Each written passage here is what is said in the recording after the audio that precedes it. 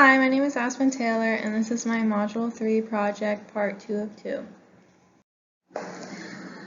So the problem was to minimize the weight of a 5-bar truss and with the design variables of the cross-sectional areas and the forces of each of the members, and we were to assume the same material throughout all the members. My notations can be seen in the above image.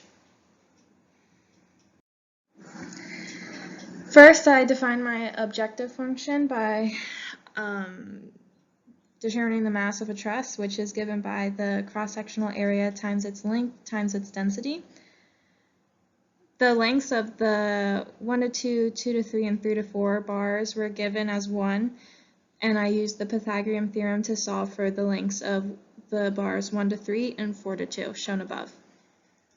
And that all combined gives me the minimization function shown above. Then I determined my equality and inequality constraints. The equality constraints were based off the equilibrium equations of nodes 2 and 3. I summed the forces in both the x and y directions and set them equal to 0. All the work for that is shown on the left-hand side.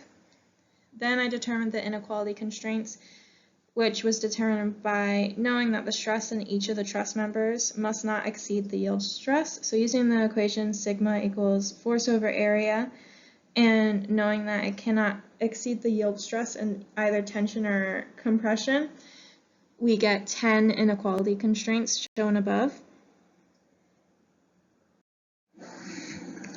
I then plugged the objective function, inequality, and equality constraints into MATLAB using the linprog command. I first defined my constants, and then I set up a matrix system to easily organize all the variables being solved.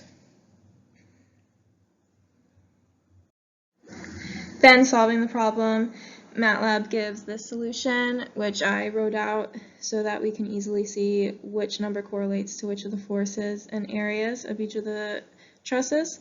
The areas of the redundant trusses are 0 to achieve the minimum weight requirement of 3 kilograms.